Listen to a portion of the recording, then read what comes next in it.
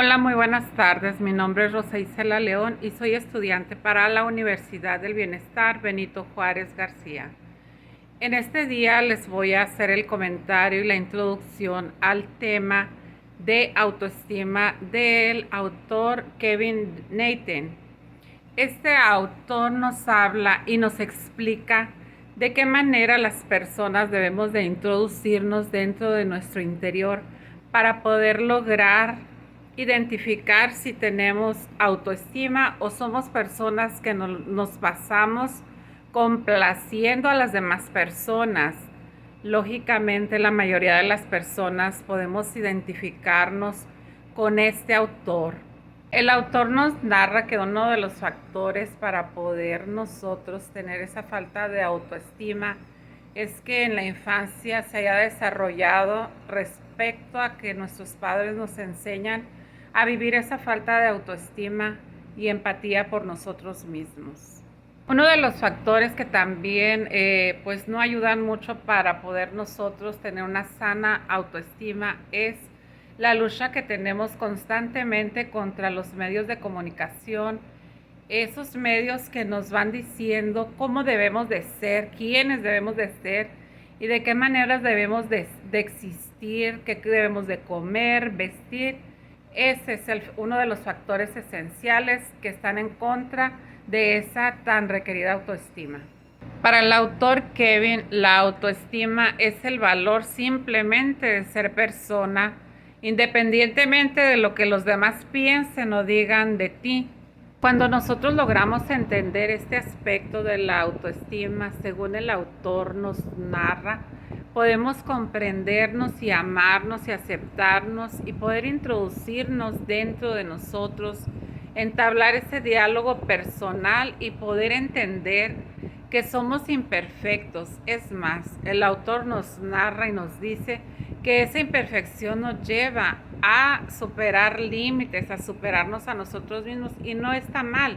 Está bien que nosotros entendamos que no somos perfectos. El autor también nos habla del diálogo interno negativo, que cuántas veces dentro de nuestro interior los pensamientos negativos nos dicen no podemos, no vales. Es un ejemplo que nos da el autor, que tenemos que cambiar esos pensamientos por pensamientos positivos para poder nosotros tener una alta autoestima y autovaloración de nosotros mismos.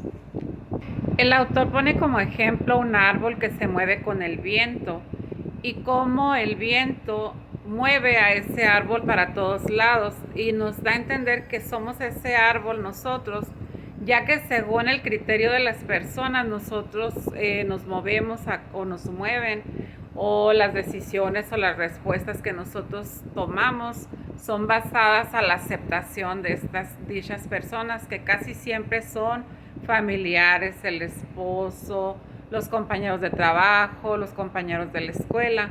Nos da a entender que tenemos que ser auténticos y luchar para que esa autoestima realmente sea algo sano y duradero y verdadero. Tiene que ser un constante estar cambiando y siendo fieles a nuestras actitudes, a nuestros valores. Por eso probablemente muchas veces podemos ver que las personas están en una constante crisis de depresión porque no son fieles, no somos muchas veces fieles a esos valores, a esa constancia. Eso es lo que nos dice el autor. Uno de los episodios dentro del libro que más me gustó fue donde el autor nos dice que nos enfrentaremos a personas que no nos acepten tal y como somos, nuestra manera de pensar, nuestras ideas. Sin embargo, habla de que nos mantengamos firmes, auténticos, y también me agrada que nos ayuda a entender que las personas tienen que ser diferentes y no por eso está mal, sino que no es tampoco algo que sea personal contra nosotros mismos, ni nosotros contra ellos, sino simple y sencillamente somos diferentes y tenemos derecho a opinar nuestra propia manera de pensar, y está bien. Para concluir, podemos decir que el autor nos ayuda a introducirnos dentro de nosotros mismos para poder encontrar nuestro valor verdadero y no el que las personas alrededor nos hacen sentir y muchas veces no es algo verdadero. Podernos concebir como personas con defectos y virtudes es algo esencial para poder entender que todos pasamos por estos aspectos en la vida. Mi pregunta para los estudiantes de la Universidad Benito Juárez García sería, ¿realmente tienes autoestima o eres una de las personas encargadas de complacer a los demás sin darte cuenta que estás dejando de ser tú mismo y que eso aminora más y más tu confianza?